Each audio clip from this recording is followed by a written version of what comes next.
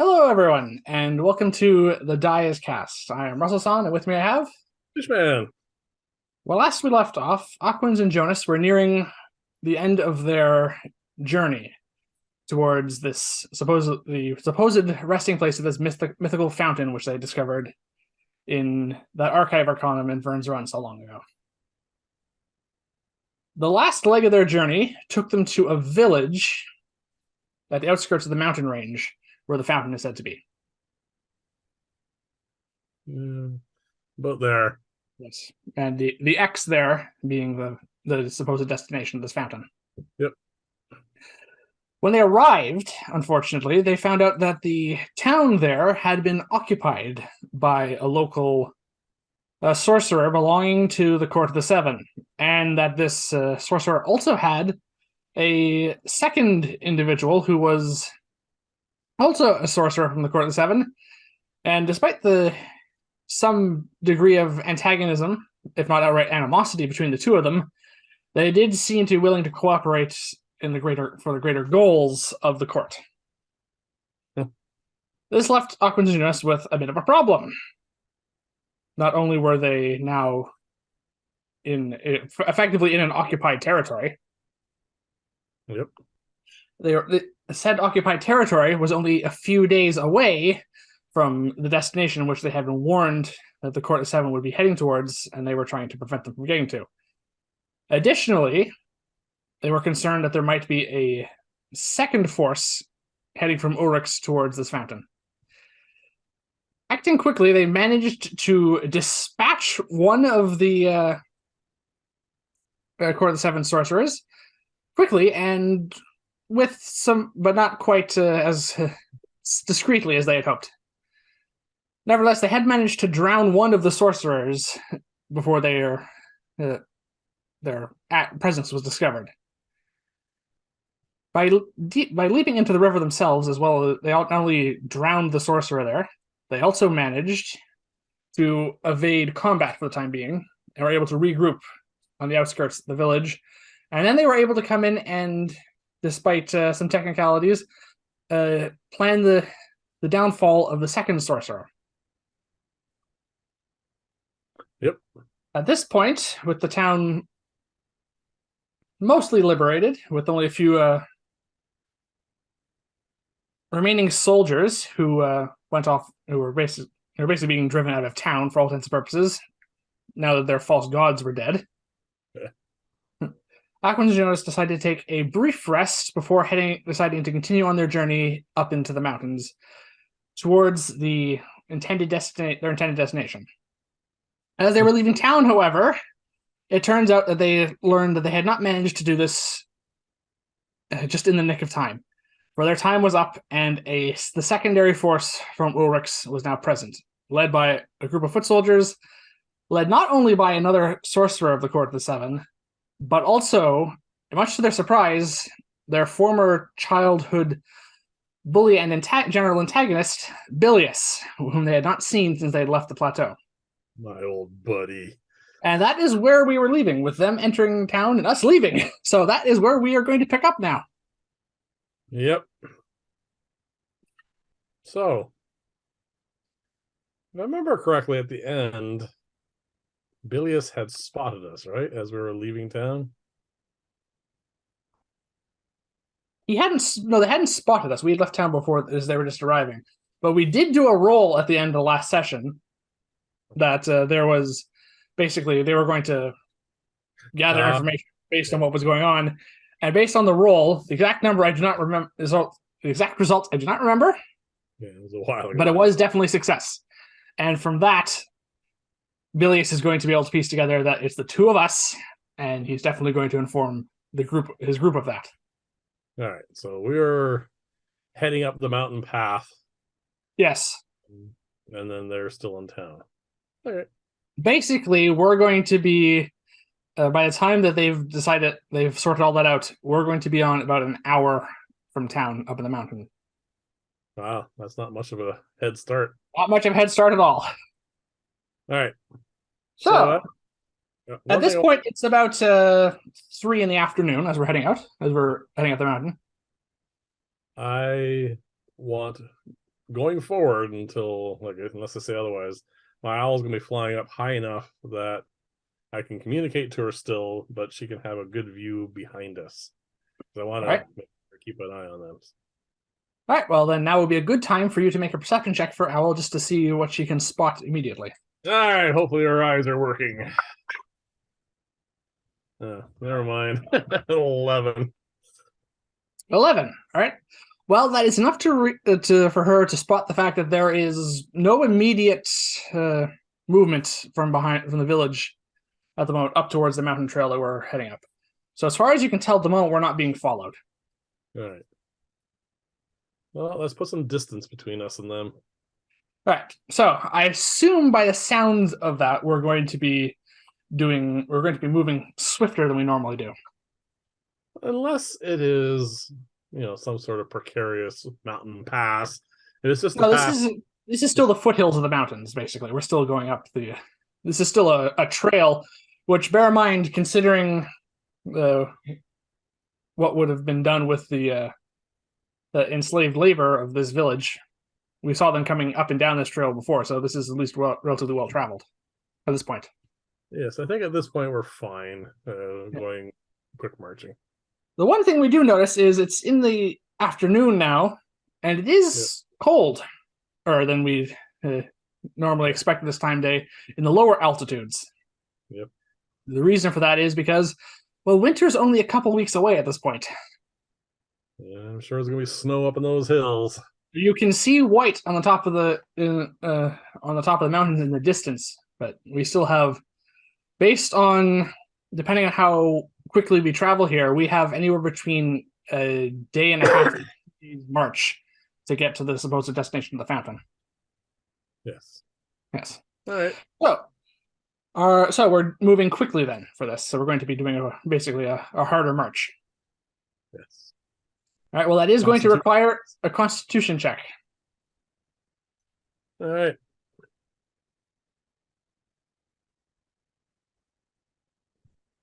Okay. Well, I am feeling quite good at the moment. I have a 21. Oh yeah, well, you're better than I am. I rolled a total of 12. Okay. That's above the current DC, which is 10. It will get higher, obviously, if we continue doing this pace, but at the moment, we're fine. Yep. All right. So, between that, I'll say we're able to maintain, with those rolls, we're able to maintain this march for a little bit, and we're probably making twice as much time as we did. So we basically, over the course of the next hour, we're able to basically cover what would at a normal pace would take us 2 hours. Okay, our next sort of little mini rest stop just to catch our breath. Yeah. At this point, we probably put a bit of enough distance between us. You think that? I'm going to have my owl do a little bit of a fly. She's gonna stay up high, about 300 feet, and her instructions are to fly down the path, and for basically the amount of time of what we just covered, she's gonna fly down there and back.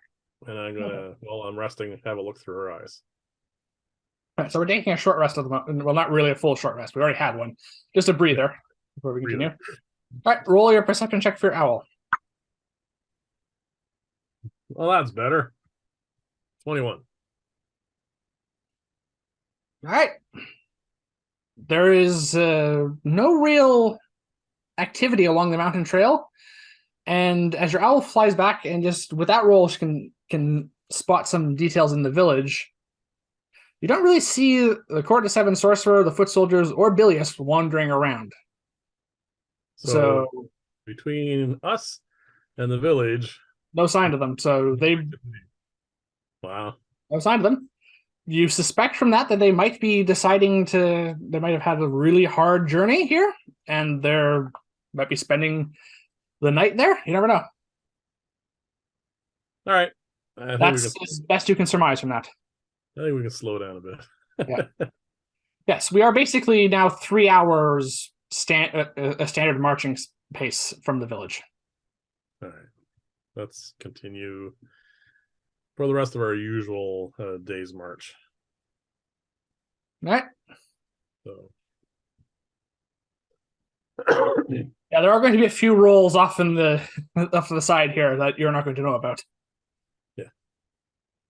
All right, so we're going to be continuing. We'll say for the next 5 hours because that brings us up to about 8 hours of marching time. Well, we were active in town, but when does it get dark We did here? get a short rest in town. Yeah, so when does it get dark here? At this point, well, we're up in the mountains, so am I right to thinking that the light is a bit higher up? It's still more visible in the mountains, or it gets darker earlier? Oh, Darker earlier in the mountains. okay. Well, then we're probably looking at the sun is almost setting at this point. Even before After we we're started. here, Yeah. so we might have anywhere between half an hour to an hour of sunlight left. After that, Well, we'll be wandering in the dark. we don't want to do that. So Yes, because as a side note, we've used up all our rope at this point. We have no rope left. and we're pretty much out of spells and everything else. So yeah. I have some spells left, including Featherfall. Yeah. Let's just go for a little bit longer, find a nice spot to camp, and I'll set up a hut, and you can set up an alarm on the path, and we can there's a few other things I want to do, so All right. So I'm going to assume from that we're not going actually much further. We're just going to travel ahead and look for a place to set up camp for the evening. yeah, half hour at most. Okay. So in that case, since we're not really moving much further, this isn't going to be a constitution check, but I am going to ask for a survival check with my assistance now to look for a place to set up camp.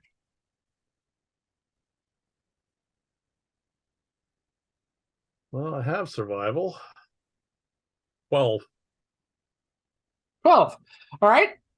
Well, it's not the best place we could have chosen. Yep. But it's not a conveniently abandoned cave high up in the mountains either, so. Well, that's good. I don't like goblins showing up in the middle of my night. So yeah, so we can manage to pass by here relatively comfortably, but you might want a fire lit if you want to stay warm in the middle of the night. Oh, the hut is warm inside. Oh, through the hut. Sorry, I forgot about our magic hut that just is. Oh yeah, I'm not sleeping outside. Yeah. I've been spoiled by the hut. Are we lighting a fire though? Are we going to have a warm meal or? Just quickly, yeah, just have a warm meal because I want to run a plan by you. So I'm going to be spending most of my just evening. just based on the information that you've been able to gather through your owl's surveillance. Yep. You don't know how observant they're being at the moment towards the mountains or anything, or how concerned they are. I'm not too worried about it, but there's no point in taking chances. Besides, there's other things out here besides them. Yes. However, a hot meal in a almost winter night is a pleasant thing and helps against the cold. So while we're eating and cooking and all that stuff, I want to run a plan by you. Okay. It is, as we head up into the mountains, we are most likely to run across some narrow paths. Basically, cliff, small path, and cliff. And or not. Or cliff, narrow path, and nothing. Yeah. That's another option. I was thinking if such an opportunity arises, it would be a perfect place to set up a trap, an ambush. Yes. To that end, are we thinking of ambushing the Court of the Seven party in Bilous? Oh yeah. We can't let this pass go by. I mean, this is literally something we were warned against doing. Like, it was preventing them from getting there. Yeah. So what I was thinking of doing is you have a spell in your book, a 3rd level spell called Glyph of Warding, I think. Yes, I do. And I'm just going to double check here that I have the material components for that. Yes, I have enough for 3. I have enough for. Let's see, was it gem dust or is it diamond? Yeah, diamond dust and incense. 200 gold pieces worth. I have enough for 3 doses for that, so I cast it 3 times. All right. I want to learn the spell, write it in my book, of course, and Okay. I'm prepared for tomorrow, just in case that spot shows up where we can do this. All right. Because if we can hit them with 2 glyphs, I think that's going to put a serious dent in their forces. The player's handbook is over there, so I'm just going to grab it just to have it on hand. Sure. While I'm doing that. Yeah. So glyph of warding is. So just double check that you have the ink and paper you need because it's an abjuration spell. So unfortunately, your savant skill for transmutation spells doesn't come into effect. Nope, I do have it. Okay. All right, so we have the material components, which is good. So it's going to take you 6 hours to transcribe this. Yeah, I know. But fortunately, they're not really after us, so that's good. No, they're not. So we do have the time. Yep. Yeah, and we are basically. It's going to. Yeah, we're basically 3 3/4 hours away from the village at this point. Yeah. Yeah. They're not going to be away in the middle of the night. Okay. The only other caveat then to the spell is it takes an hour to cast. Yes, but if we can maintain our lead. And if we find a place to set it up, yes, this can work. There's just some factors involved. Yeah. So it's just this is when it has to happen, if it's going to happen. So I figured this is our best opportunity for me to first off learn the spell, and secondly have it prepared so that we can, if it comes up, Yep. I really want to take advantage of it. Well, if you want to learn the spell, I'm more than happy to let you borrow my original spell book at this point, which the spell is in. Yeah, you haven't transcribed it yet, have you?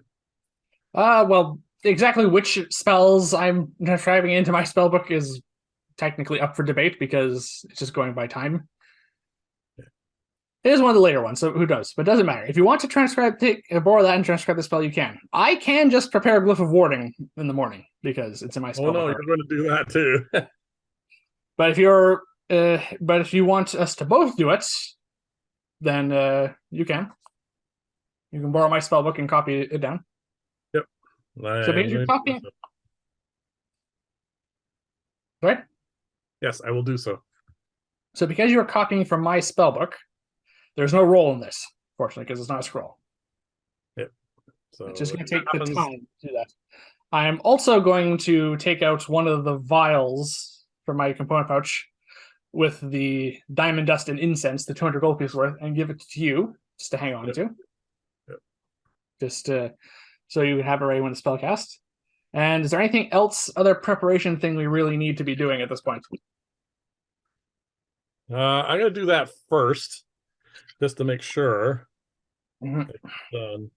And then we'll see how it is, what time of day, and if there's anything else I can actually do. So by the sounds of everything that's going on, your watch is going to be the first one, by the sounds of it. Yeah. All right. So you don't really need to do anything specific for copying the spell down, apart from just investing the time to do so.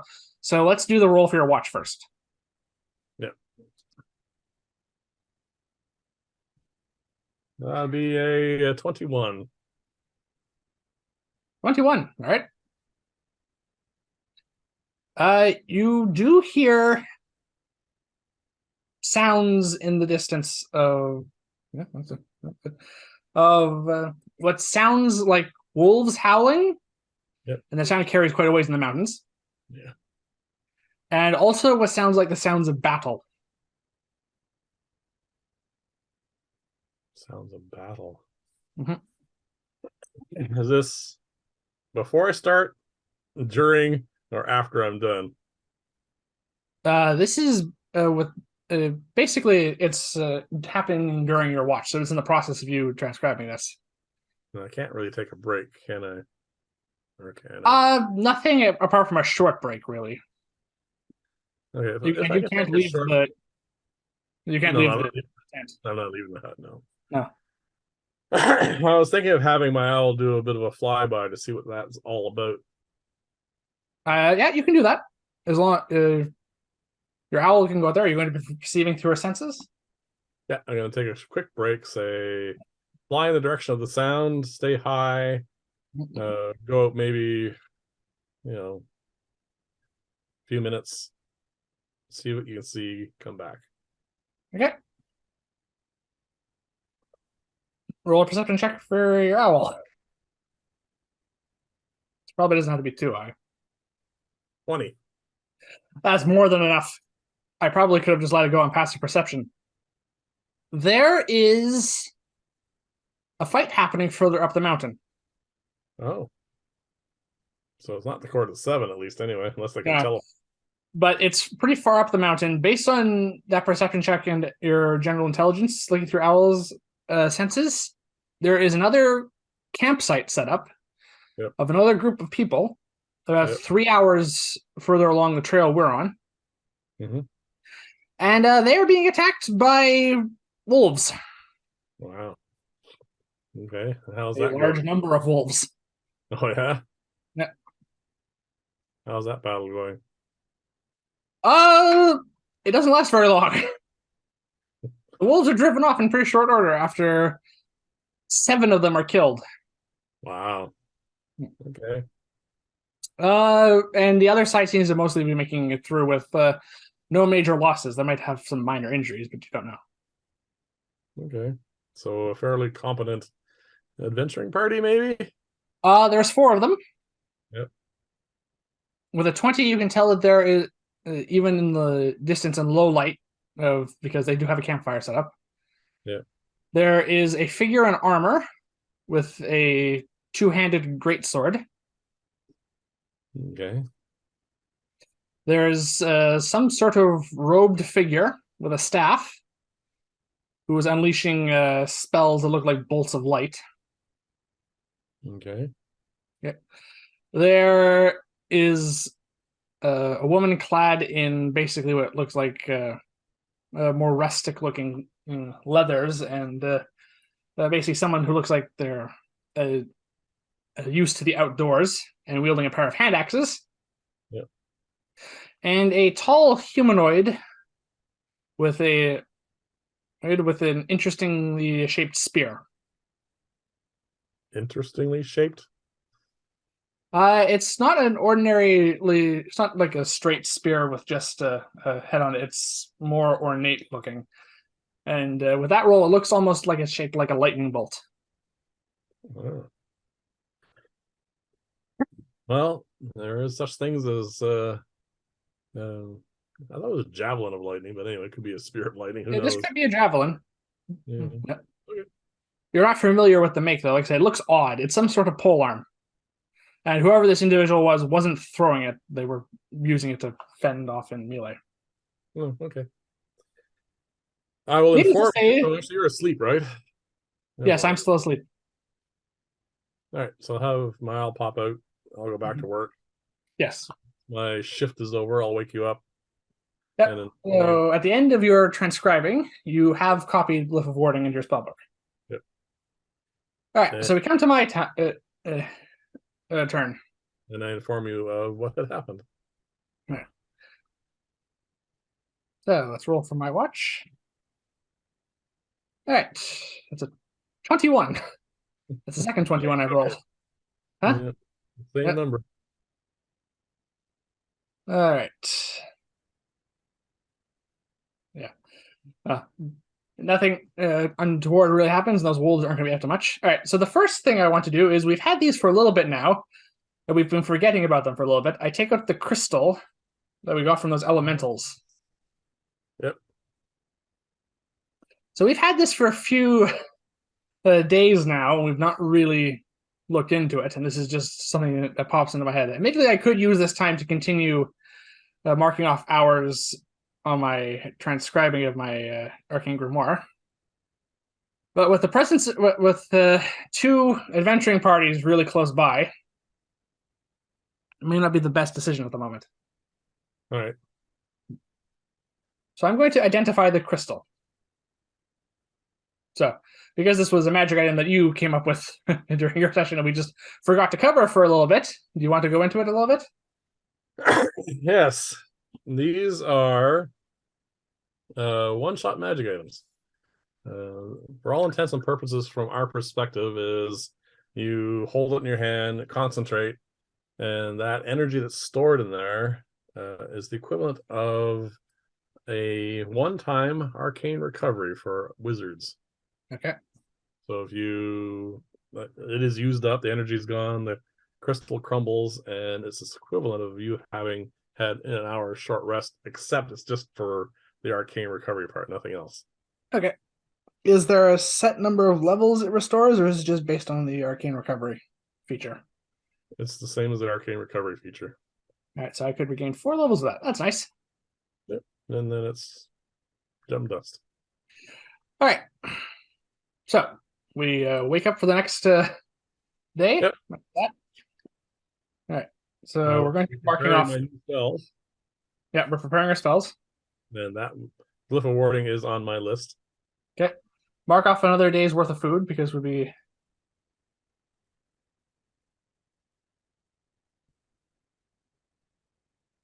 Yeah, we're gonna have to do something with that soon. Yeah. All right. So we're completely refreshed. Yep. Both of us have are preparing glyph of warding. Mm-hmm. All right.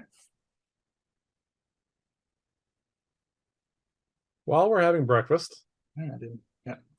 I am going to have my fine feathered friend do that same pass she did last night to see if our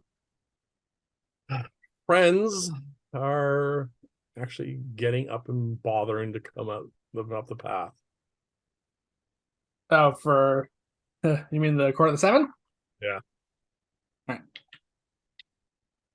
Roll a perception check for her. 20. 20. Your owl is rolling quite well. Yeah, better than I am. All right. So your owl, basically, this is as we're getting up and ready to leave. Yep. So because of the fact that you needed to do a 6-hour transcribing last night, we did sleep in a little later, unfortunately, just so you could get the full rest. Yep. That is a side effect of that. As we look down into, as your owl looks down into the valley back towards where the village is, Yep. we see that we are not the only late risers. We're not the only one, sorry. I coughed. Late risers. Oh, they're just getting up now. Well, more specifically, 6 of them are up and ready, and they're waiting for a 7th member who is somewhat dragging his feet and not necessarily proceeding with the same gusto that he would have been the previous night, you suspect. What did Bilous stay up drinking or something? Well, I had a roll to see just to see how eager they all were, and he rolled a 3. Wow. All right. I guess we don't have to force march then. We can just start moving. Yeah. Head up into the mountains. Yep. All right. So as we head up, all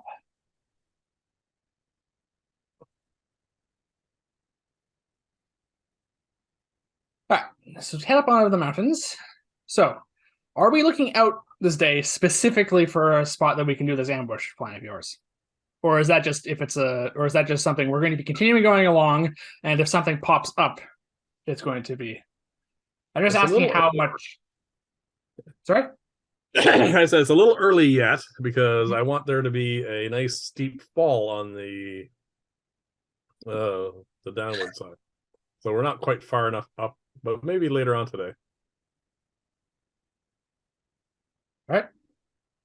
I'm looking for a narrow mountain path.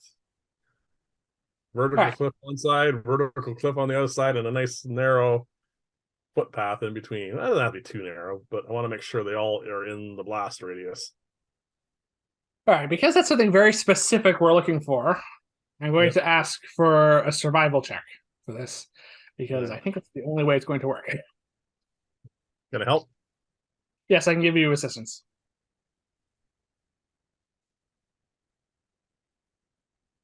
Well, then we have a dirty 20. All right.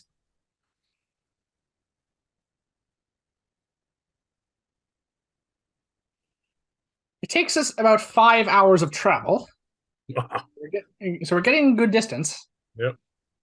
And I was going to do a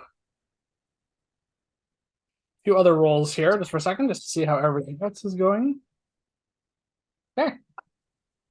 We come to a spot that isn't perfect, but looks quite close to what you want. There is a not completely narrow path, but narrow enough. And there's a cliffside wall of a mountain, and then it opens up into nothingness on the other side. So it isn't a narrow canyon going through, but it is basically, well, one of the situations you wanted, which was. All right. Well, It's not narrow. It's not completely narrow. The two of us can walk side by side across this, but bear in mind that they have 7 members, so they won't be able. So they might be going 2 by 2. that's fine. I'm not worried about it. That's more than good enough. And based on everything you're thinking about, that's probably the best. This is probably the best chance you're going to get. All right. Let's do this. All right. So I'm thinking you are you going to take a look, I ask, at what they're doing at the moment? see where they are. Yeah, Sure. it would be nice to have an idea just how much time we have on this. I need an hour or Yeah. 2. Yes. Based on how slow they were going and how far we just made it, it shouldn't be too difficult. I'm gonna have my owl fly back so that she can see back at least 3 hours in time. Yep. Time, and then she's gonna come back. So it All won't right. take her to fly that far. All right. I'm going to ask one other question. Yep. Is your owl only curious about them, or are you interested in having her also look where the other party we saw last night is? Well, they should be in the opposite direction. Yes. So it is going to add some time to your owl circling, but you do have the option of having her circle high enough to try and look for both. I can just do the court of the 7 first. I want to make sure that they are first even heading this way, and B, how far behind. Right. That's it. All right. So that means that the DC is going to be lower for this perception check. Yeah. Because you're only keeping an eye on one party, and it's not going to take nearly as long. So you can roll your check now. 21. She's doing really well. Yes, we've been rolling really well, and the court of the 7 has not been rolling really well. Or more specifically, one particular member is not rolling well. Ah, good old Bilous. So he rolled a natural 1. You fall off the mountain? No, this was just a constitution check for the pace they're going at. So their pace has slowed considerably, and they've had to stop for him to. You don't know if he was drinking heavily last night or he just had a really big breakfast, but he needs a breather. And I'm just going to see just how far they managed to get. They haven't even reached our campsite from last night yet. So they're 5 hours back. All right.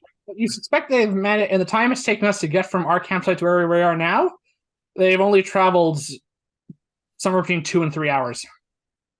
They haven't even made there yet. This is fine. So we have plenty of time. All right, this is what I want to do. I want you to set up a glyph warding on the cliff face, and I want the trigger to be bilious, very, very specific. So no one, I want some chipmunk or whatever setting this off. I want it to be bilious specific. Just as a specific, I can make it that specific. Obviously, the trigger, but I would possibly make one slight alteration. What's that? These sorcerers tend to want to have lots of guards around them, what we've seen so far. So if they're traveling in formation, the sorcerer is probably going to be somewhere near the middle. So when the sorcerer goes over and sets off the glyph, it could possibly get all of them in it. If Bilous is if foot soldiers tend to be near the front. It's just a positioning thing. The 20-foot radius. Yes, it is. 40 feet. I don't think it's going to be too big of a deal. Either way. I don't think it's going to be that, surgical. All right. I'll set it up along the path. Yeah. All right. I have a nice spot on the wall. And then mine is going to trigger to go off when yours goes off. All right. You decide that the glyph is nearly invisible. Yeah. Yeah, the glyph cover an area no larger than 10 feet in diameter. Surface. The surface or object is can't be moved. I think it was broken yet. Describe it either on a surface or within an object. Yeah, you can see the glyph. Side of triggers. Yeah, that's fine. All right. Yeah, I seem to remember them. Yeah. All right. So I'm going to set mine to explosive runes. Yep.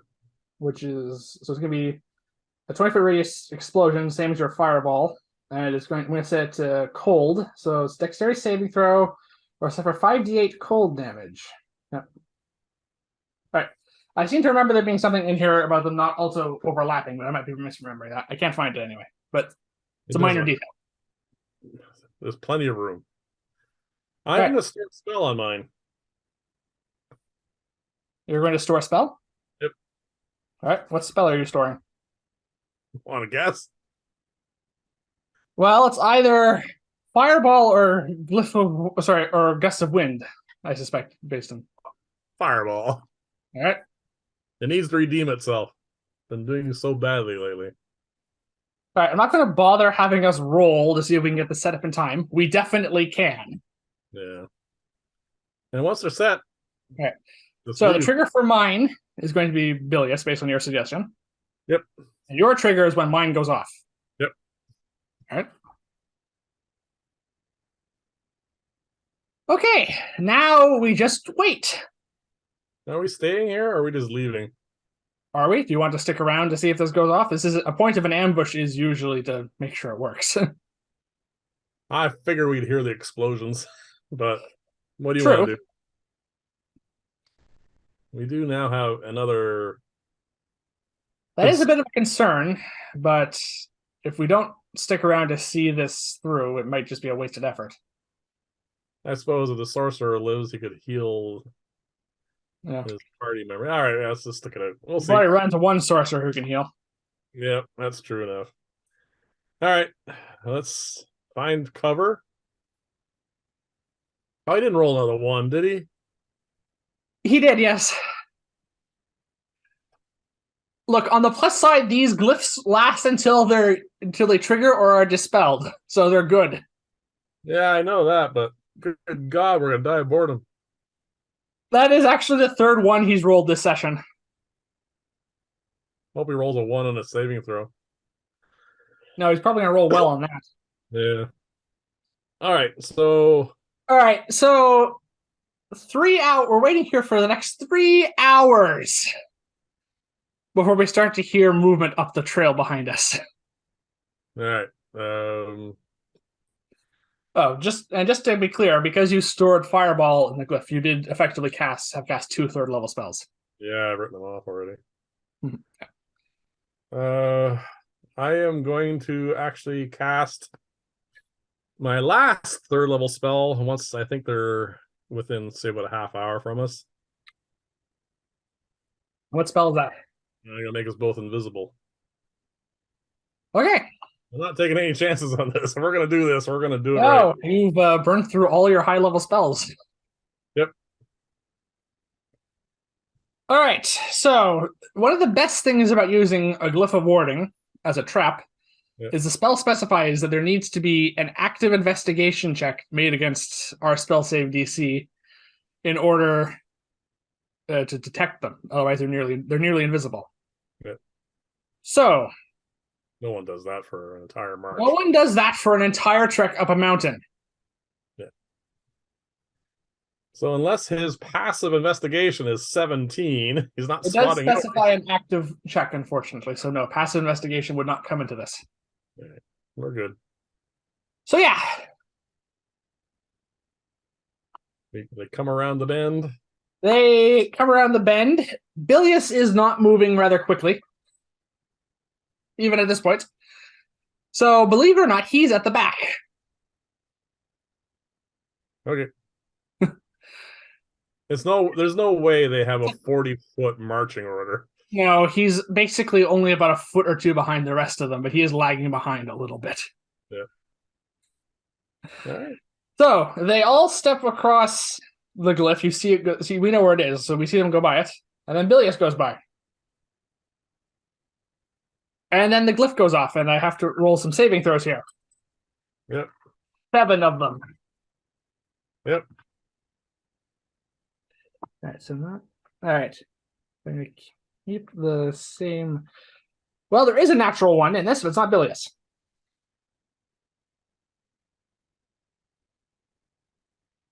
All right, so we're gonna have just hold off on yours yet because I want to. We have to do this one first. I know.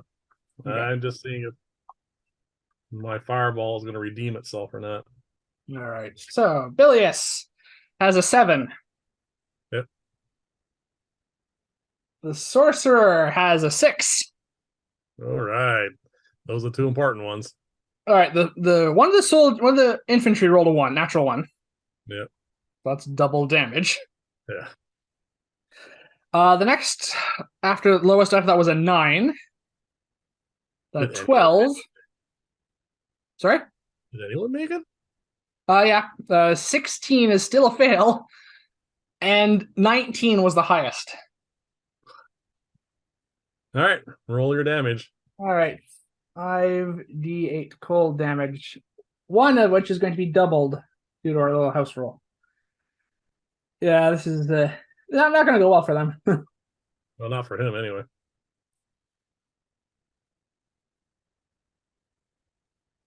Okay. Well, that's a low roll. The highest roll was a 5. So that's 18 cold damage total. So one took 36. I think he's dead. All right, so Bilous passes the glyph, which triggers it. Yep. There is an explosion of bright blue, pale blue, light and mist and vapor, and the sound of ice crystals shattering and forming as a detonation of frost rocks the mountainside. Hey. So Followed. we just have enough time for that to we only have enough time for that to clear before yours goes off. And all of a sudden, there's a blossom of orange flame. Yeah. And then 7 more saving throws. No, actually, there is one fewer. Oh, one for your ass. Sorry. Yeah, I kind of figured the 36 was going to take out a foot soldier. Okay. Bilous has an 11. Well, The sorcerer has a 15. pass. All right, and the foot soldiers in order have 4, 10, 15, 19. So 3 passes. Yeah. We rolled better on the second one. This is the numbers for my fireball. A 6, a 6, a 6, a 6, and then the numbers get worse from there. It's 24.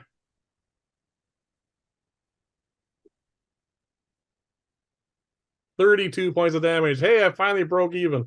Above average. All right. So, all right then. So the damage is here are Bilous, Takes 32. 50 in total.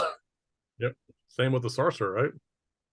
The sorcerer pass on your fireball. Oh, that's right. Pass. So that's 16 and 18 for him total. 34. Okay.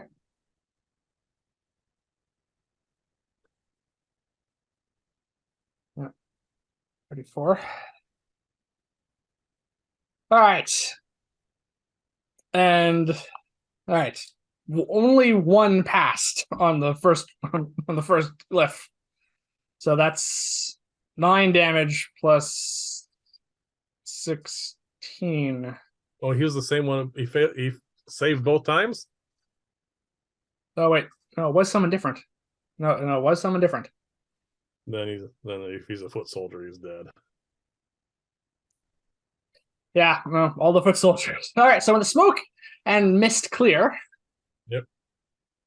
there are 5 bodies littering the trail and 2 very badly injured individuals standing in the smoke and mist that's clearing.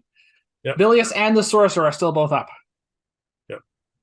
But they both have taken a lot of damage. So at this point, we are invisible.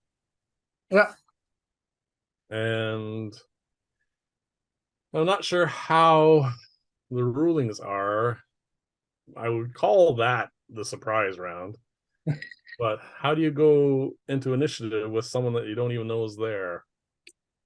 Well, as soon as hostile action occurs, initiative is rolled. Right. Okay, let's roll. So we will start there. At least there's fewer combatants now. Yeah, there's a lot fewer.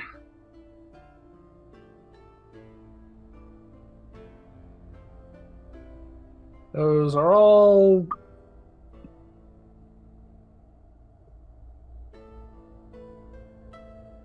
All right.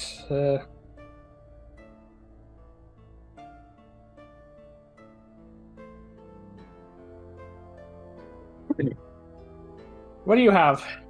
I have an 18. Well, you're definitely going first. I have a 9. Yep.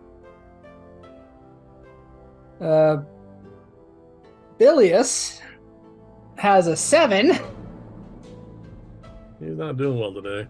The sorcerer has a 5. Oh, that's just sad. All right. So you're up first. I suggest, as I'm preparing my action, I say to you, it's probably a good time for either a really high-level magic missile or maybe the Ring of the Ram. The ring is not charged. Oh. Yes, it regains 1 to 3 charges at sunrise. The ring has 2 charges. All right, it's up. Well, we'll see that when we get to my turn. You're up first. So, as far as I know, the sorcerer has taken only 34 points of damage. Yes. So, I point my wand of magic missiles at him, and I unload 6 charges at him. Roll damage.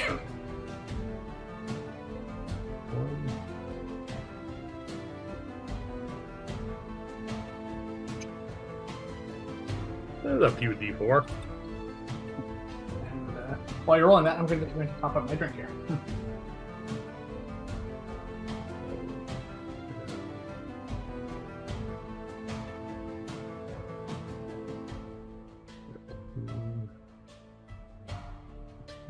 18.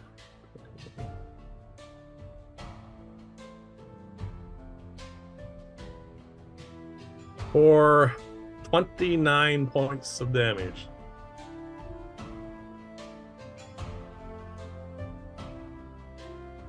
Okay. That's a total of 63. Yep. Was taken. All right. So you, as the smoke clears, you bring the wand up. You become visible as a part of this. Yep. Yep. And as you become visible, you point the wand out, and I believe it's 8 bolts, 8 darts at a at 6th level magic missile. Yep. All fly out simultaneously, and before the sorcerer really has even time to grasp your presence, is blasted through 8 holes through his torso and falls on the ground. Either unconscious or dead. It doesn't. The sorcerer is down. And I say, "Hi, Bilous. Remember me?" And your turn. Bilous looks to have a look of mix of fear and rage on his face. Let's see which wins. Well, it's not his turn yet. No, it's my turn.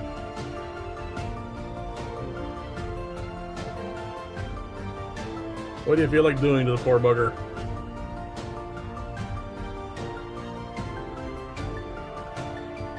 I have a few choices here. You have a few choices. Oh, 3, really. Hmm? 3, really, realistically. I have Frost Breath, a 3rd level magic missile, or the ring. Yeah. How far away is he from us? Well, we're definitely. I'd say he's about 40 feet from us. We definitely want to be outside the radius of the spell. Of the 2 blasts. So.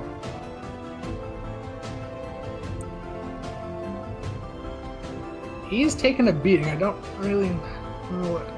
Oh, do I want to risk doing an attack roll against him? I don't. Okay, so it's not. I'm ruling out the ring. All right. Do I?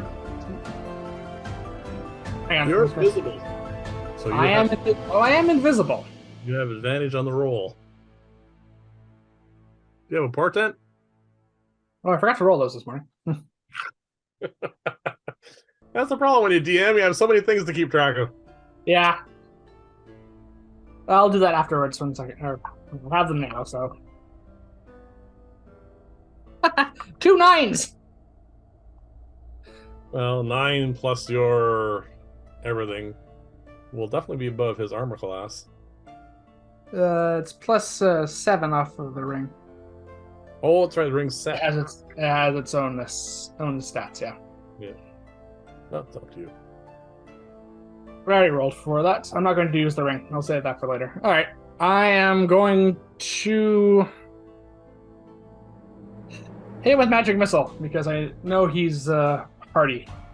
So go for something that doesn't have a saving throw. He's already taken a lot of damage. 50 points. All right. So 3rd level magic missile is not quite as good as what you just did, but 5d4 plus 5 is still pretty good. On the other hand, that's 2 1s.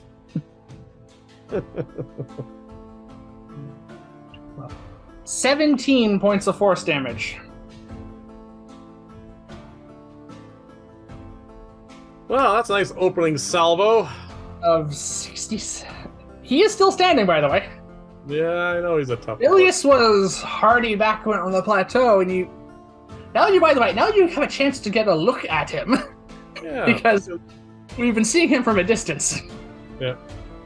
He's, apart from wearing the same military regalia that all the infantry seem to wear in the Court of 7, he has, first of all, lost the hammer. Oh, yeah? And also lost, apparently, the hand in which it was attached to. Well, that's one way of getting rid of a cursed item. Yes. I guess that was what the Court of the 7 elected to. Or we don't know it was them who got rid of it, but he seems to have hooked up with them. And in its place, he has basically almost like a metallic device attached to his arm now, and the head of which looks like one of their bidents. Yep. This is just the head of it, just coming off of it. Almost like, I guess, a pirate's hook for all intents and purposes. With the closest analogy. There's a look for him. Yep. He also has a new mace in the other hand, which he's in the process of drawing when he got it. When 2 explosions went off, and then a bunch of magic missiles just pelted him and his commander in the face. Yep. It's his turn now. Yeah. I'm grinning at him. That's a 9. That is very middling. But I think that's he is a coward. He turns and runs. I said, we're not gonna let you get away this time, buddy. Well, he uses his movement and he uses his action to dash. Ah. He is also going to do something else, though. What's that? Well. Alright. He, basically he runs, and, as he's doing so, he seems to be using some sort of, athletic breathing technique. You're not quite sure what it is, but he seems to be regaining his composure and is regaining his balance, and he seems to be righting himself a little bit. is getting like a second wind. Yeah, basically. If you... He seems to be doing a bit better than he was before. Yeah. All right. So, back to the top of the round. Is he going? Does he? Yeah, he doesn't. Yeah, he doesn't really have anything else. I guess like, no, 1 second. There's one more thing he could do. No, apparently not doing that. That's another natural one on his part. That was an intelligence check to see if he was smart enough to use that. I don't think it would help.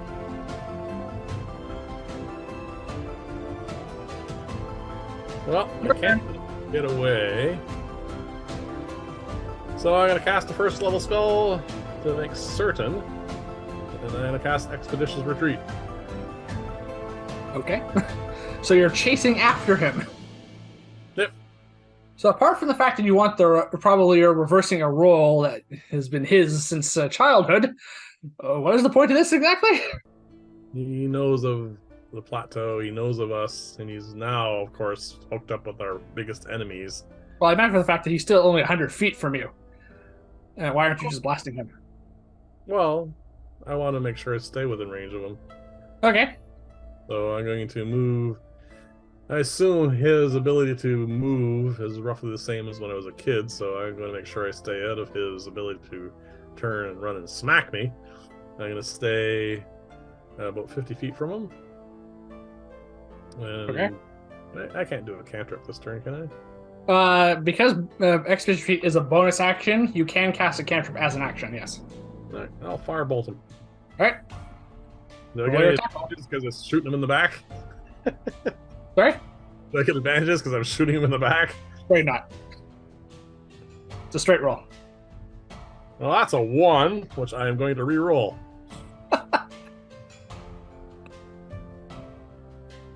First luck point of the day. Yeah. I don't think 10 hits him, does it?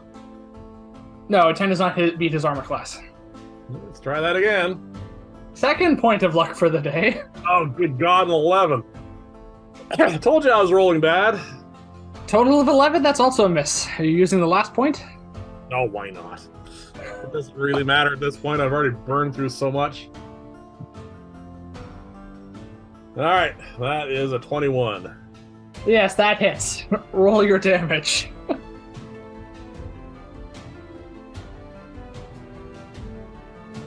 14 points of damage. Yeah, he feels that. He lets out a cry of pain as the firebolt slams into him, and he does and just slightly ignites some sections of the tabard on his chainmail. Yeah. Like I said, you can't get away this time. You've been a pain in my butt for 20 years. Alright, well, that's your turn. That's my turn. So we come to my turn now. What do you want to do?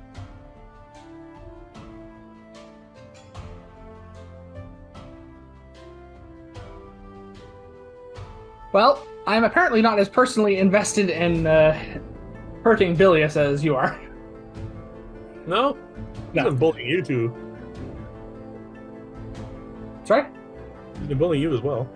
Yes, so I move up my 30 feet of movement just to keep him within range for both this round and the next round. And I'm going to hit him with a first level magic missile. He's taking a beating. True enough. I had one more third level spell, so I said, I'll roll to see if my character would be sad here. Apparently not. That's okay. So what's Bilous doing? It's his turn now. No, it's my turn. I'm Oh, rolling sorry, damage. you're doing the magic missile. Yeah, I'm rolling damage here. Okay. 12. I think your first level magic missile was better, almost better than your third level magic missile. No, it did. The other one did roll higher, but yeah. Bilous takes all 3 bolts in the back and hits the ground, the path, and skids to a halt. Wow. And quiet descends upon the mountainside. After all that. All right. All right. A few things here. First of all, you can have inspiration for planning that successful ambush that well. Hey! Got my inspiration back. Yeah. And now, there are going to be a few other rolls here because there are a few things going on.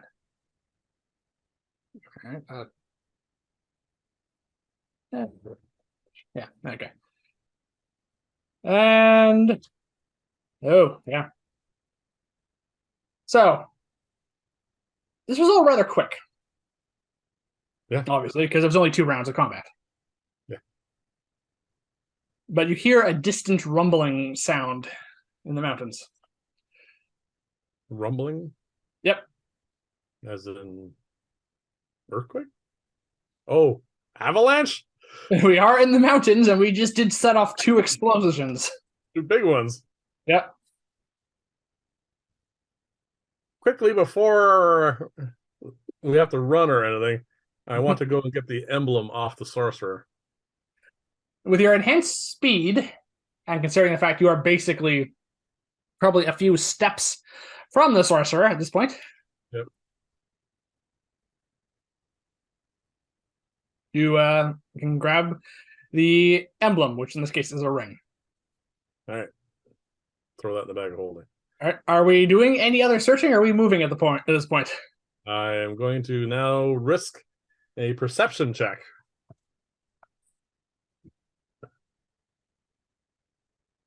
All right. Roll. I'll say it's going to be a high DC, though, because you're doing this just quickly.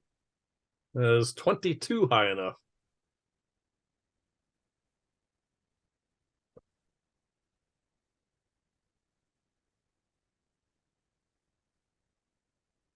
All right. I'm just going to... All right. Just a quick glance over here. You recognize all the Bidens, obviously. Yep.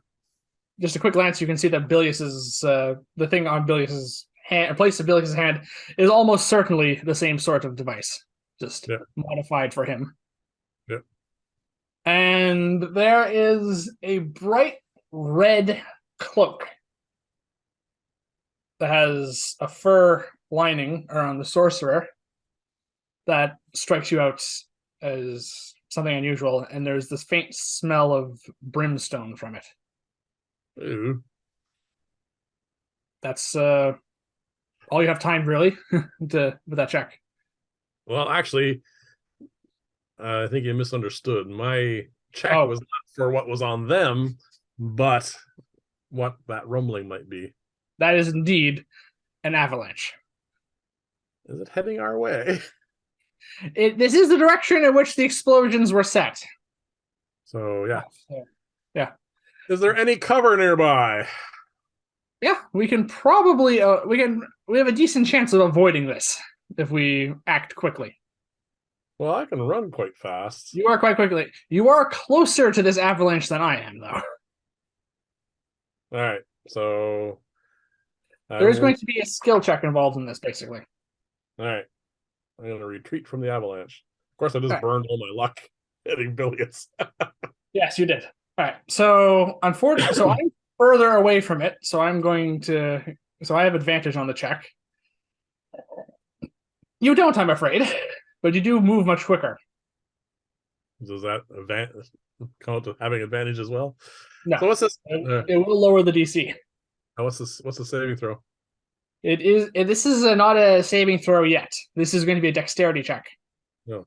This is just to see if we can move quickly enough to get out of here. But if this fails, then there's a saving throw. All right, gotcha. Ooh, also, you can technically give yourself advantage with the inspiration you just got. I already rolled. It's too late. Okay, I rolled an 18 with advantage. Sorry? You have a 20. 20. Both of us are able to get out of here just as a bunch of snow, ice, and presumably also rocks and just other mountain detritus comes down the cliff face, basically right along the narrow path where they all were. Emphasis on were. Even Bilous, who had time to move, and it was the only one to move really from that spot, is still swept off the mountain. All you see as all the snow and everything comes by, and when it clears, their bodies are not there anymore. So All even right. if any of them survived that combat, which none of them did, they would not have survived that fall. All right. All right, so we take a moment to catch our breath and to look at basically how far we've come being able to put together this type of trap and execute it properly, and then a chance to take a look at just how breathtaking the forces of nature can be in devastation by comparison before we move on, because neither of us really took into account the fact we are in a mountain when we were setting this up. Oh, we did. We just didn't. I didn't think of a avalanche. Yeah. Yeah. That was something neither of us really came. Neither of us thought of that, unfortunately. That's okay. The end result was perfect. Yes, the end result was not a problem for us. No, no, Right. I'm very happy with that outcome. So as you've stored the ring away. Yep. All right, so we take a moment to breathe, which means your expedition retreat spell does come to its end. Yeah. Well, that's a minute. And utter quiet has come over the mountain now, Yeah.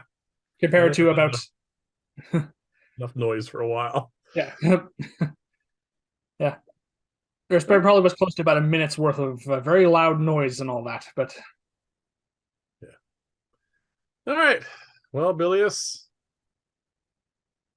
what can I say? You sided with the wrong people in this. I would have just cast Remove Curse and got rid of the hammer. yeah, I could have done that. Yeah. Yeah. At this But point, well, he decided to do what he decided to do. there's not much we can do about it now. He is thoroughly dead. I'm not going to shed a tear for him. No. On we go. Yes. Got rid of that pain in the butt finally.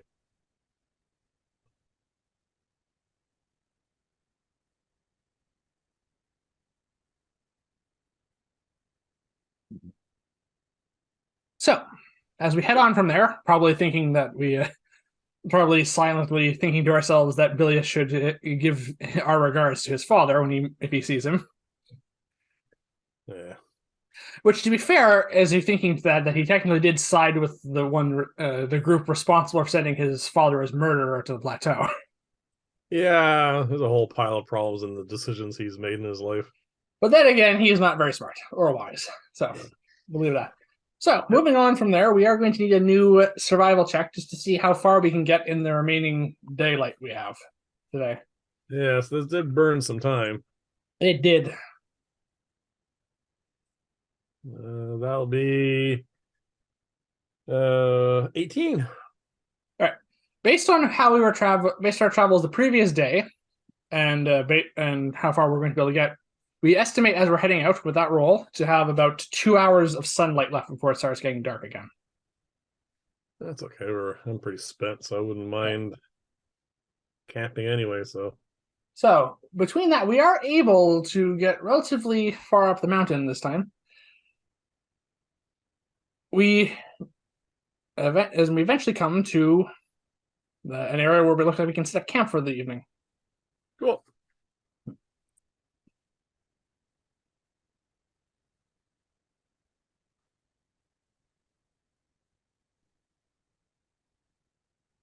Right? And let's do so. All right then. So we're going to set up camp for the evening. Well, we found where we're going to be staying, so that's fine. Yep. It was a decent enough roll that we don't have to worry too much. 18. Yeah.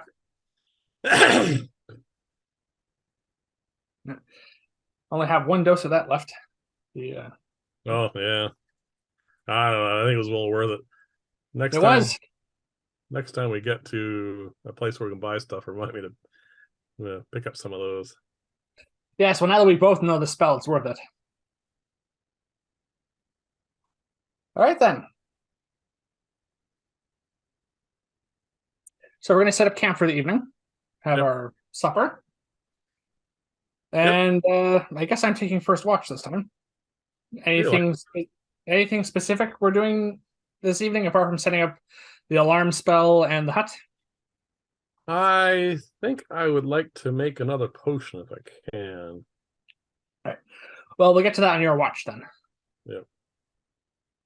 Because I can find where that is on my character sheet. All right, so I'm going to roll for my watch first. Natural 20. Oh, there's a waste. Yeah, I don't think much is going to happen Yeah. with that. No, the mountain is strangely quiet, almost as if a massive explosion and then a series of explosions and then an avalanche happened recently. Yeah. Everybody's staying away from us. All right.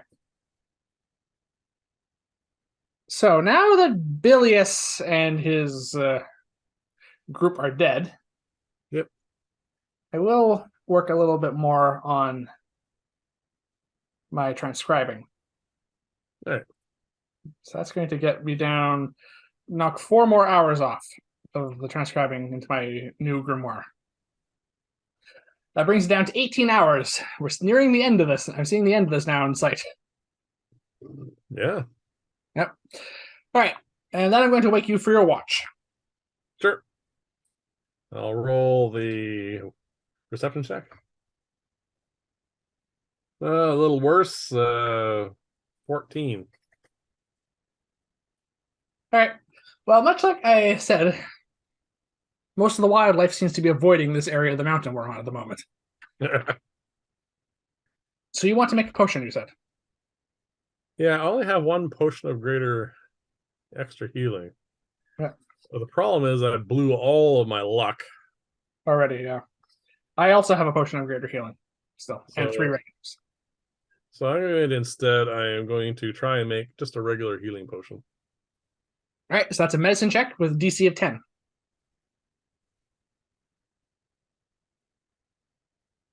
What do I have as pluses? I can't remember. For you, it should be plus Plus 4? 4, I believe. Yeah, plus 4. That'll be a fail. So you, for the first time in a very long time, you fail to make a basic healing potion. Yep. I rolled a 3. I've been rolling really bad. Yeah, and you burned through all your luck already. Yeah, that's why I didn't bother with the greater, because oh well. It happens. It does. I It is will. a fact, but it does happen. All right, so I failed to make a simple little potion. That is unfortunate. How many do you have currently on you? 1 regular, 1 extra, and I still have the cloak of useful items has 1 patch still with 4 on it, so we're not in dire straits. I just wanted to have another potion. I have 3 regulars, the refilling one, and a greater. Oh, and you still have the potions of heroism. Yes. Oh, that reminds me. Take a potion of greater heroism. You mean a potion of heroism? Whatever. Yeah. I'm gonna try not to lean on my keyboard again. There we go. That way it's on your person. Yep, I'll write down. Right. And that's it. After that, I'm not going to bother trying to do anything else. And then we have a few scrolls left going into this that the Lich gave us. Yes. Because this is going to be, as we surmise, our last chance to get a long rest in before we reach wherever our destination. That's okay. We got done what we needed to get done. All right. So as we wake up in the morning, we're going to prepare new spells. So prepare your spells if you want to do that. Well, you automatically refill your Ring of the Ram because it's on 1 to 3 charges. You only down 1 charge. Yeah, that was why I saved it. I'm gonna roll for the wand. I regain a single charge. God. So you have 2. I have 2. Well, I won't be using that much. All right. Yeah, I'm gonna redo my. I don't think I want to take Lift of the Warding into this because it takes too long. Neither do I, so I'm going to unprepare that. Okay. Yeah. I'll just swap my spells back the way they were. Yeah, that's the best I think I can come up with here. Yeah. All right. And have breakfast.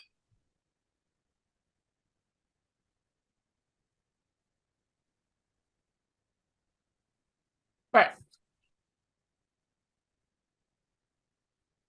So we're marking another day's worth of food off. Yep.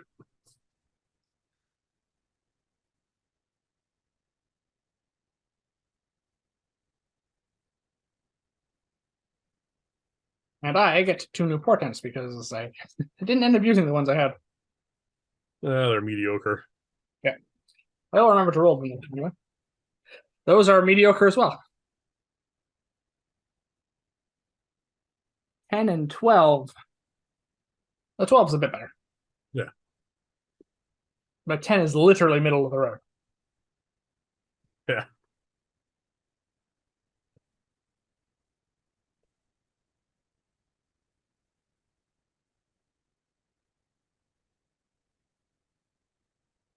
All right. So have you picked your spells yet? Yeah, all I did is took Glyph off and put back on Crystal Summons. It was Right. just one change I had made, so everything else is fine. So we wake up in the morning. We know this is going to be the last trek before we reach our destination, if it is indeed there. Well, yeah, this is just according to information we received, so it could be another day. Who knows? So I'm going to ask, what sort of pace are we setting as we head out? We are higher in the mountains. There's snow now. There is definitely snow. There is fresh snow overnight. I think we should just, even though it's no big deal to you. Yeah. I think we should just set a normal pace. I don't think there's any reason to try and push this. All right. In that case, I will ask for a survival check from you with advantage to see how well we can travel, and we'll see how long it takes us to get there. That'd be a pair of 2s. Plus. You have luck if you want to reroll again now. No, I'm not blowing through any resources at this point. 2 plus 4, so that's 6.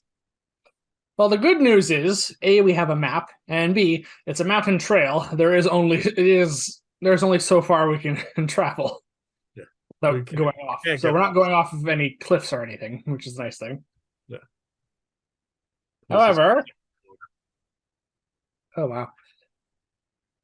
We are hiking through the mountains for the next 6 hours. There's with that roll. Okay. All right, but eventually we do reach what we think the part where the X is marked on the map, and we can move over to the next image because this is what we see. Yes. Roughly what we see. Yeah. My apologies. It's fine. It's a perfectly well drawn drawing estimation of what this thing looks like. Sure. I think my last drawing was better. All right. Okay. We see. So this is basically a fortified structure, which has seen better days. Yep. Which is literally built into the side of the mountain. Carved out of it. Carved out of it, literally. Yep. And basically, after we're just looking at our destination and the map that we were given, near as we can tell, this is the place. It does have that X marks a spot kind of look to it, doesn't it? It does, yes. All right, so basically, we are just along the path leading up to this. Okay. I see no reason not to go and have a look at it. No. I think I might send my owl over first. All right, so you send your owl up into the air to do a perception check. Yeah, and do a flyby of it. See what kind of damage there is. See what kind of entrances there are. 17. 17. All right. I'm going to do one roll here because there's one thing which. All right. So owl flies over, gets a much closer view. There is the obvious place where what would have been basically a set of stone double doors would have been, right where the archway is. Yep. Those doors are not there anymore. Yeah. Big empty. Yeah. There are a few other spots where you can see basically holes in the wall which people might be able to squeeze through. The largest one is on the far right of the front of the building here. This one? Right there, yeah. That's the best. That's the widest gap you might be able to think to get in there. Raul also sees that the ceiling, yep, in some spots, has definite of which is visible, has caved in. So there's a few other ways in, if especially for anything that can fly. Yeah. The one thing that your owl does not see, yep, and one of the things you definitely would have been looking for, is a second set of a set of tracks, or basically footprints leading up to this structure. Because we definitely had at least one other group that we knew of in these snow mountains. on the ground, right? There is fresh snow. And there's no footprints in the snow? No obvious tracks, not from that roll. Yeah. So they must have went in before the snowfall. Yes. Or it is technically possible to conceal tracks. Some people can have that sort of skill. Yeah, you said they have someone who looks outdoorsy. Yeah. And we were not subtle yesterday in our combat with another with the Court of the Seven. So they could very easily have managed to conceal their tracks, or could just have gotten here ahead of us. Yeah. We don't know. That's definitely something we need to keep track of as we go forward, because we do know they exist. Yes. And this is the only place to go to. This is, well, there was an old legend about this fountain, so it's possible other people learned about it. Obviously, the Court of the Seven did. Yeah. Despite the fact we kept the Arcanum out of their hands. Yes. All right. So as we approach, we clearly have a few ways of getting in here. The two most obvious ones are the front door and that large, basically crack in the wall near the corner there. Unless we want to somehow scale this building and go in through the ceiling, which doesn't seem like the best idea. Well, I do have spider climbing prepared. I don't. I could just walk up there and throw down the rope we don't have. No, we do not have a rope anymore. That was yes, we decided to do mountaineering without any rope. Yeah. Well, we were prepared for some stuff and really unprepared for other things. To be fair, we've gone through more ropes in this one campaign than I think in the entire time we've ever been playing Dungeons and Dragons. Yeah, we have a very unlucky. I think the count's at 4 currently. Yeah. All right. I suspect one of the two ground ones. Do you have a preference? I do not. Unless you want to go up and examine them. I would like to actually go up and try and see if I can figure out which one they went in. All right. You can. All right. So that will be an investigation check. Right. I can give you my assistance on that if you want. Would love it. Oh, good God. I can't roll at all. I mean, all the rolls I made that are good are not mine. That is going to be a 12. Much like with your owl beforehand. Not sure. Or not, you can't really find any trail of any tracks. You can't, even with that, you can't even tell if it's just because of fresh snow or if there literally is someone with some survival skills as well, just obscuring their trail. It's too hard to tell.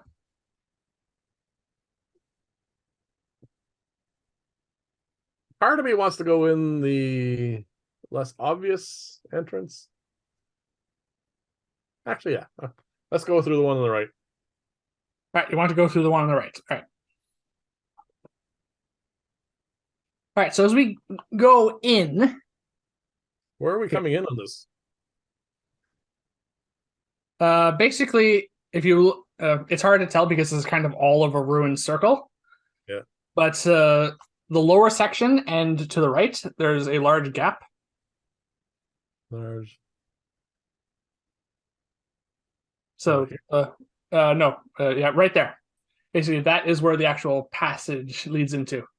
Okay, so this is where we come in. Yes, so I just need to. Okay. So as we're coming in, Yep. the first thing we notice is that there is a bit of a different temperature in here. It is warmer in here than it is outside. All right. Not unsurprising.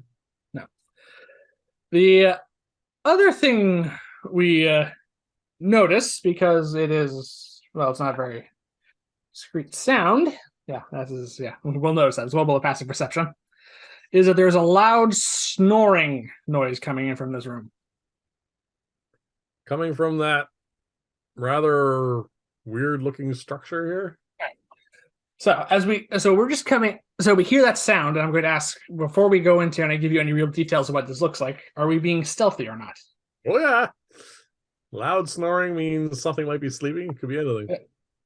All right. So roll a stealth check, please. The way I've been rolling today. Oh. Hey, my first double-digit number. What was it? 10. Plus 2. Hey,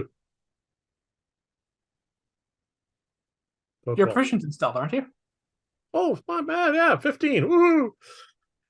Why do I always forget that I'm proficient in stealth? I don't know.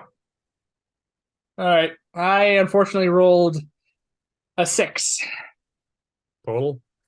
total. All right. Well, one And, of us is always rolling bad when it comes to stealth. all right. That averages out to about 11. Ever so slightly above passive perception. Just ever so slightly. All right. So one thing we notice as we're coming to this passage is this is not an artificial passage, obviously. This is just through wear and tear and time. And as we go through, we suspect, and possibly something else has decided to widen this passage as a way through in and out of this area. So we're not the first individuals through this. No. And as we come through, a few rocks do come loose.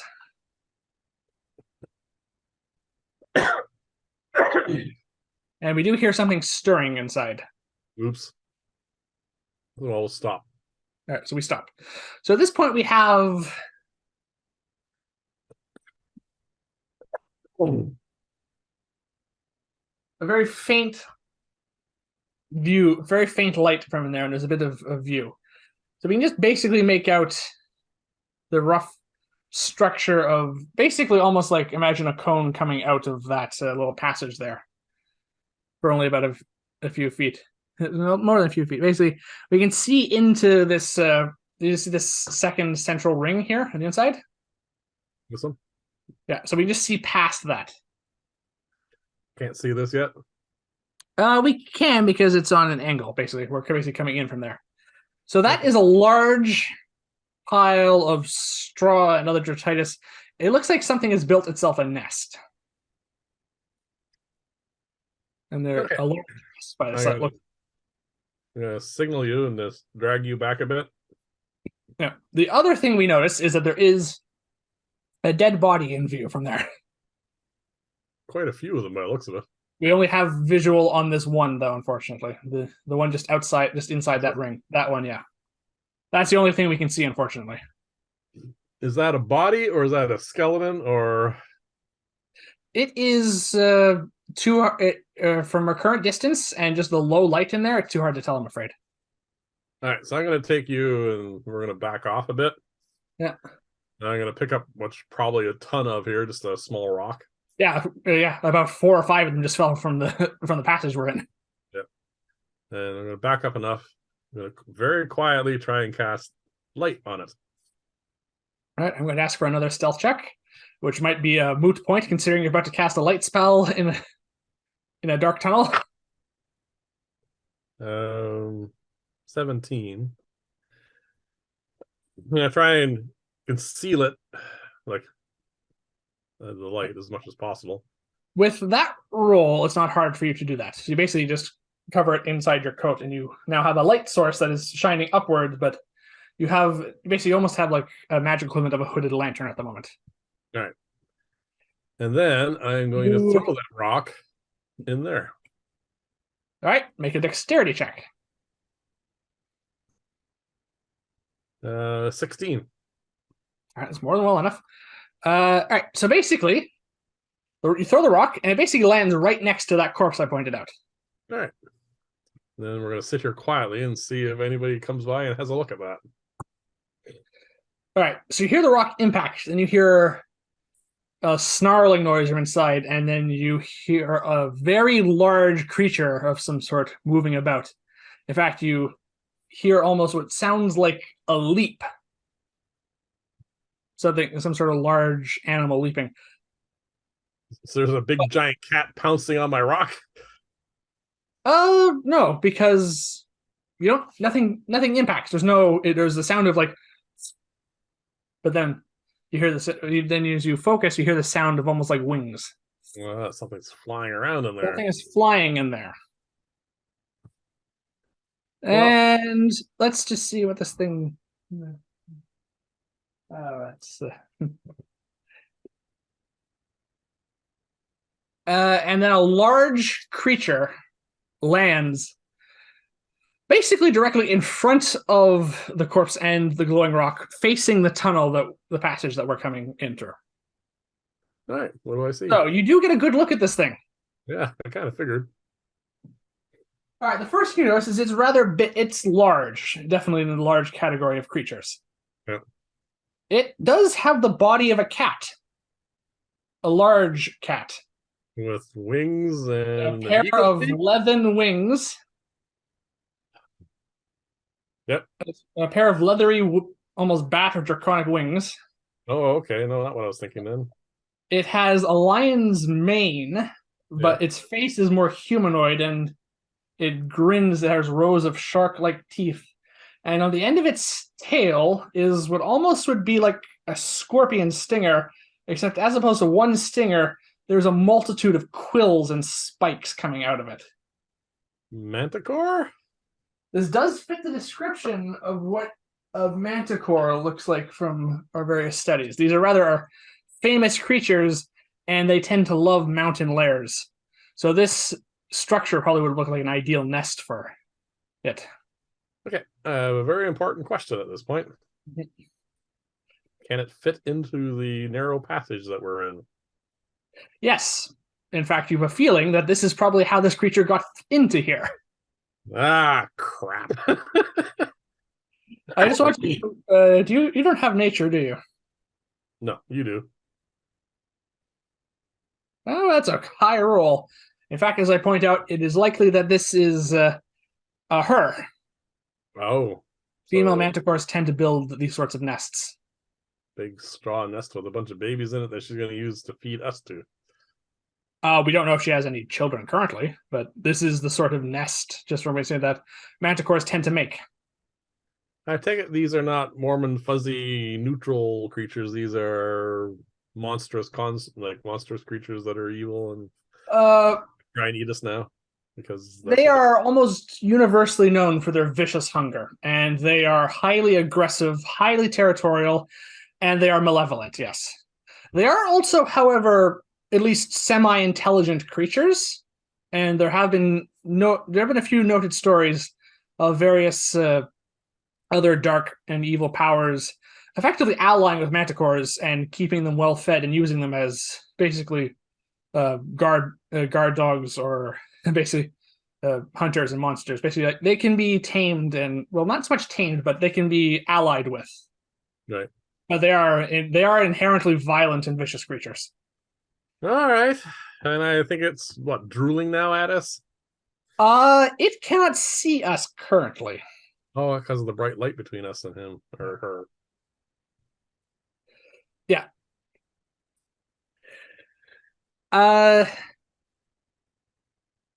right. So we have a decision to make at this point. We can back out. We can, yes. Go to the other door. Yeah, that is always an option. We Yep. may not be able to do so quietly, in which case we True. alert her anyway. One thing that does keep us in mind is this is a flying creature, and if she made this tunnel, she can probably fit through it just as well easy as we can. Yeah. And once we're outside, we're fighting her out in the open air, and she can fly around. Inside here, the ceiling is only about 20 feet tall, so she does have limited room to fly in. Do you have a preference? Fight her here, fight her outside, sneak away?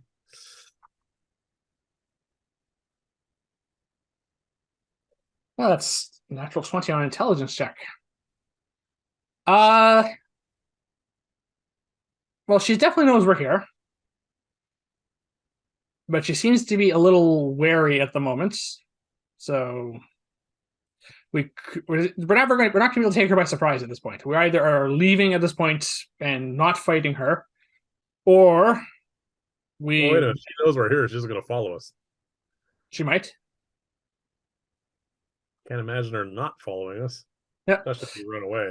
That's a real trigger for most predators. We could possibly stand up to fighting her. Manticores are quite vicious creatures, and in closed space, she has a much. We have a much disadvantage fighting her in these close spaces. She does.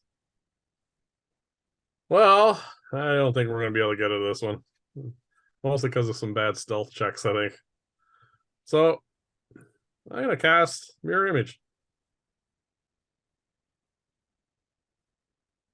All right, so you're casting Mirror Image. Yep. I'll try and do it stealthily. Sure, you can do that. 20.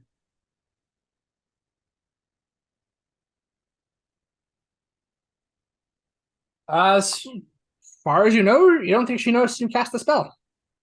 Do you want to do anything preparative before we start throwing in big spells? Just one moment. Because we're setting up what is going to be a combat here. Yep. I'm just setting up my initiative tracker for a second. All right.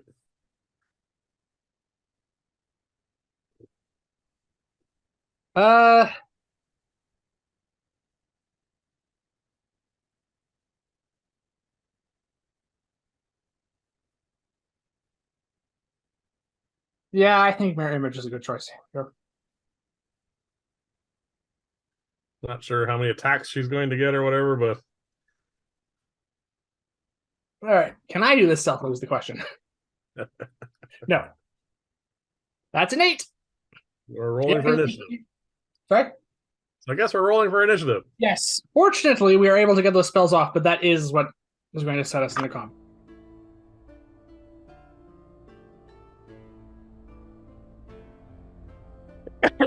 Oh, that's a terrible initiative. Okay. Your hit point total is 52, if I remember correctly. Yeah, I think so. It's been a while since it's come up.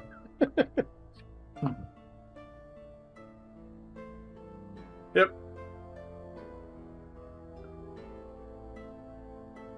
Okay.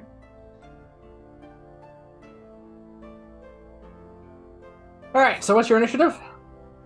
9. Oh. All right. I have an 18. Oh, good for you. Yeah. Oh dear. Oh dear. She has a 22. Oh, good God. Well, I'm not going first. No, she is. All right. And so this is a large or huge? Large. A huge creature, but not fit in the passageway we're in. All right. So kind of like ogre sized. Yeah, except a quadruped instead of a biped. Yeah. Basically, almost think like a lion-sized cat. Yep. But with wings and. Yep. Got the picture. Yeah. Well, in case you're wondering just how evil these creatures are, I literally list them as evil predators here. I didn't think we were going to get this unless we could sneak away. No. Right. Well, one good news is this passage. She cannot fly in this passage. No. However, she is able to move 30 feet, which brings her right to the mouth of the tunnel. Okay. And then I assume she's going to shoot at us. She does have dark vision, and she does see us. Even she does see the fact that there are somehow 8 of us in this passage. Yeah. All right. She sees. Well, there's only really 2 targets. She's going to roll to see who she's going to aim at. Alrighty. All Are right. you odds and evens? Yeah. Might be multiple things here because you can. All right. So me, and me. All 2, 4. Wow.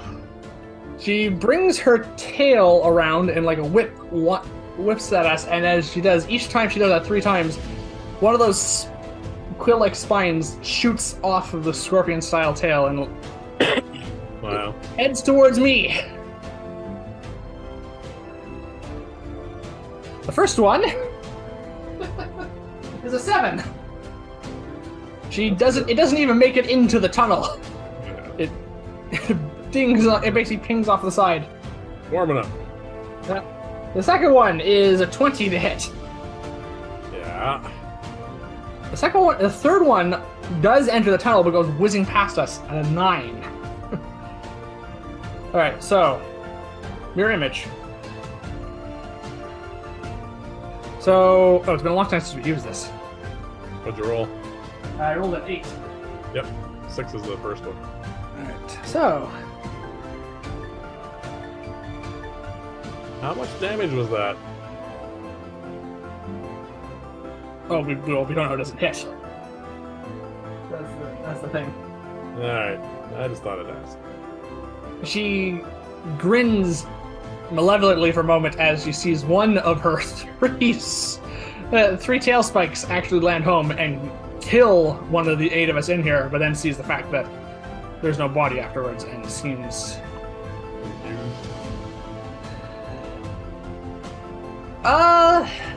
more angry than confused. You think that she seems to have put 2 and 2 together to what's going on at the moment. Alright. Yeah, she's not that intelligent, but that was an 18. Alright, well that's her turn. That's her turn. So I'm up now. Yep. She's at the mouth of this cave. Yes. So, we cannot exactly get out of here while she's there. Well, we can leave.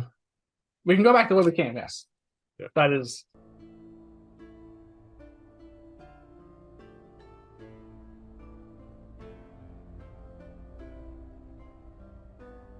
Or we can try driving her off out that way. That's the other decision we have to come to.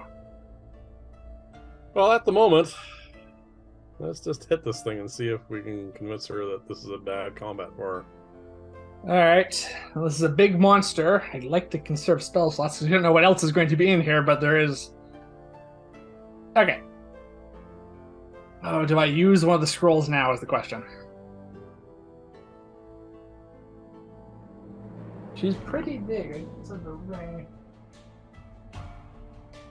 Alright. I'm gonna take a chance here. What are you gonna do? I am going to take out that one, the 4th level magic missile scroll that we got from the Lich, which is one of the only 2 scrolls I have from the Lich still remaining, but I'm going to try and cast it. Alright. This is a spell casting ability check, so I get +5 to this. I have to roll a 14 or higher. Don't you have some portents to guarantee this? Oh, I do. That's a good point. I do. Because you don't need a very high number. No, I'm going to use the 10, which gets me at the 15, which is a success. Yep. There you go. Thank you. That's okay. All right. So that's a 4th level magic missile, which is, I believe, 6d4 plus 6. Yep. All right. There we go. 64. Roll high, please. Okay, that's better. That's much better. There's only one this time.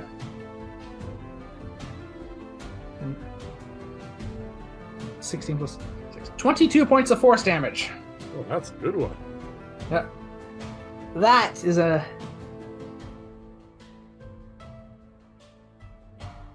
That is a very nice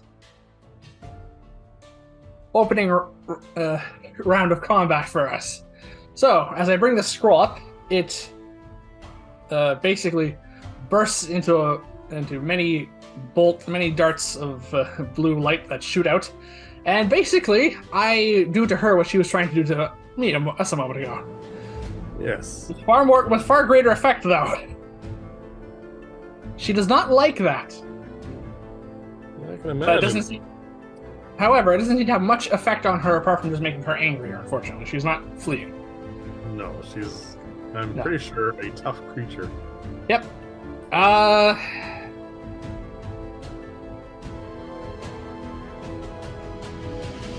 Yes, this is the very first room of this dungeon, and alright. I'm going to hold my ground.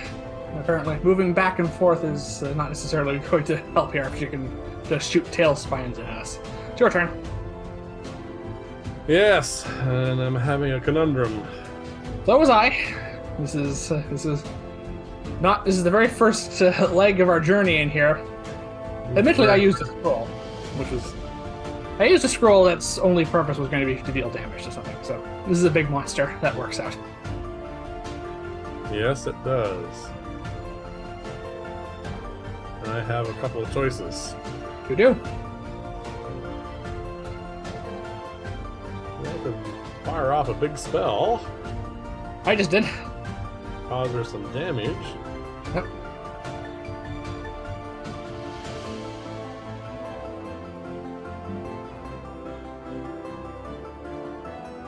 Alright, yeah, I'm gonna do the same thing you do, except I won't be Doing it at 4th level. I don't know how I'm gonna be doing it at 4th level. It'll be a 4th level fireball. Oh, you have the scroll. I have the scroll. I haven't used any of them yet. Oh, do you want to succeed on this? Because I do have another portent. I have luck. But we have to decide this first. We can't just go willy-nilly through this. Well, I have to decide mine first. So. Yeah, exactly. But I only have one thing left, and considering you have 3 points of luck, I think I'll let you roll. It is my decision, so just coming down to that. Yep. So it's add your spellcasting ability modifier, which is your intelligence, to your roll. I need to get a 14. So it's not +7, it's only +4? It's not an Arcana check, I'm afraid. It is just spellcasting ability. Well, I actually rolled a 14, so Plus that'll be 4. an 18, okay. So now here's the next question: where are you going to be aiming this fireball? 18. She will obviously be inside it. Yes. But obviously it'll be in the room. 20. Yeah. So she is a large creature, so she is obscuring a bit of it. You can see just a few points past her. It doesn't need much space to travel, fortunately. Oh, enough to engulf her. And I get an extra D6. Yep. Some of this fire will definitely spill into the passageway, but fortunately we're far enough back to avoid that. Right. Dexterity saving throw. Well, I don't think an 11 saves. No, it does not. Alright. That's terrible.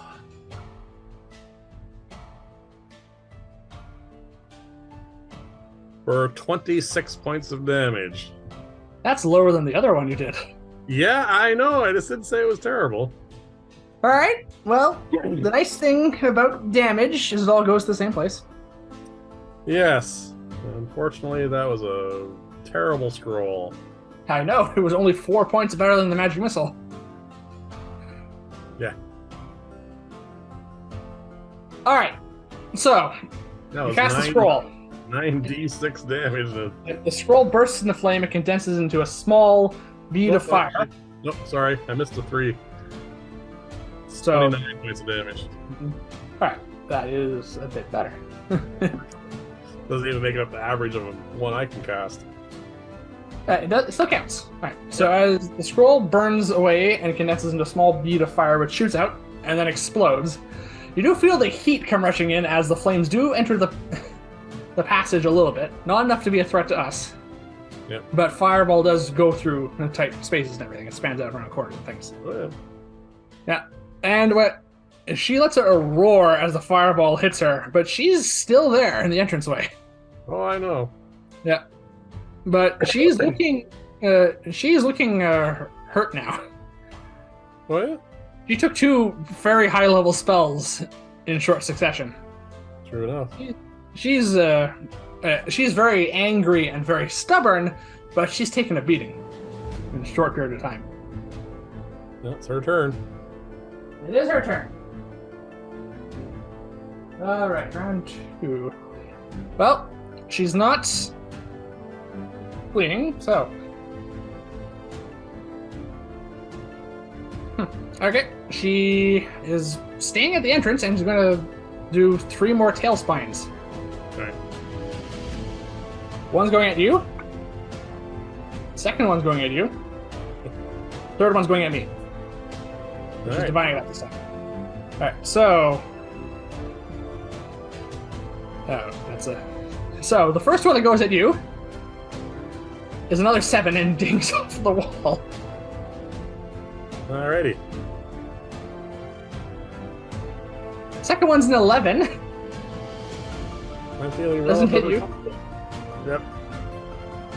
And the one against me is an 18. Alright. Alright, mirror image time. I think it's above. I have to roll above an 8 this time. Higher number, yeah. Roll, see what you get. Natural 20. Yeah, never mind. She takes out another image. However, she's not happy about this. No, she hasn't done anything yet. She flaps her wings and flies up above, out of view of the passage. Yes. I was kind of worried that she was going to get out of view. Right. We hear her flapping her wings and flying in there. We see her shadow because you still have a stone with light cast on it in there, so we can still see she's casting a shadow. She hasn't probably flown too far away from the passage, but she's flying up now. Isn't all that straw on fire now? Yes, it would be. It doesn't seem to be getting any real reaction from her apart from just general irritation. Alright, no babies in there. Alright. That's a good thing. Yeah. Don't want to piss off a mom. I think we have pissed her off because we done a lot of damage to her in a short period of time. Yeah, not the So same. that's her turn. Yeah. Well, Well, now we have a problem. yes, we have to actually move closer Yes. in.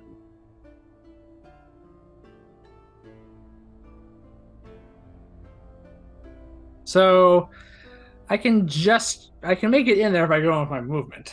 But the problem is, do I want to go in there? Well, that is the decision we have to make. I'm down to my last mirror image. And she's admittedly, in the past 6 attacks that have happened in the past 2 rounds, only two of them would have hit me. But both of but the One odds of are them you cast shield for. I can cast shield as well, yeah. Yeah, so there was only one unavoidable hit if you didn't have mirror image going, so I'm going to move up, but I'm going to stay just inside the mouth of that tunnel. I'm going to see if I can get a better angle there. No, I can't do it at the moment, obviously, but I'm going to just hold. I'm going to ready frostbite and see if she comes into range. I'm going to try and hit her with that. all right. So that's my turn. We come to you. Well, I'm gonna walk up beside you. Yes. So how much movement did I use up? It's going to cost us 20 feet of movement to get to just the mouth of the tunnel. The passage. Alright. I'm gonna take a bit of a chance. I'm gonna walk up to where you are, and then I'm gonna slowly step forward, looking up until I can see her.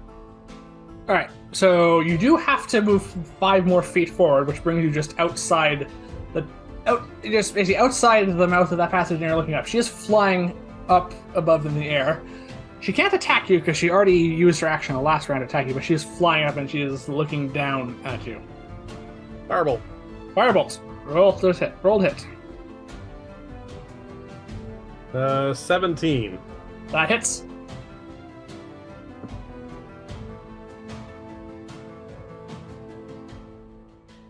Ten points of damage. Okay. And then I'll use my last 5 feet of movement and step back into the hole. Back into the hole. Okay. Well, that's a bit of an unfortunate time to come to that decision, though. What? She's taken a fair bit of beating at this point. You can tell that her fight or flight instinct is kicking in at this point, and it's probably shifting a bit towards flight, which is unfortunate because, as far as we know, this is the only way for her out of here. Well, there is whatever this is over here. Oh yeah, you would have just seen that now, basically, just being illuminated, because that's where the flickering light is coming from, that way. Okay. Oh, and yes, her nest is on fire, like thoroughly on fire at this point, so there's lots of smoke in here. Fortunately, the structure is not like sealed or anything. There's lots of holes and cracks in the wall, so the smoke is getting out as well. Okay. So But it could become a problem if it isn't dealt with shortly. Well, we can just go back outside until it clears. I also can just cast create water and douse all the fire. Alright. Alright, So what's it gonna do? That's her turn now. That's the problem.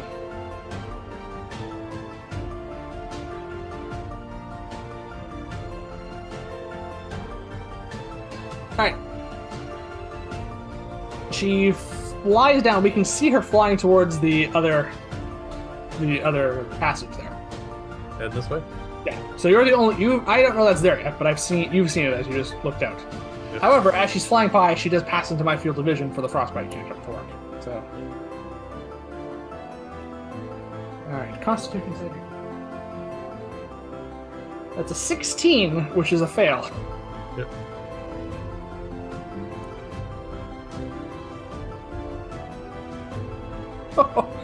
Okay. So I rolled those.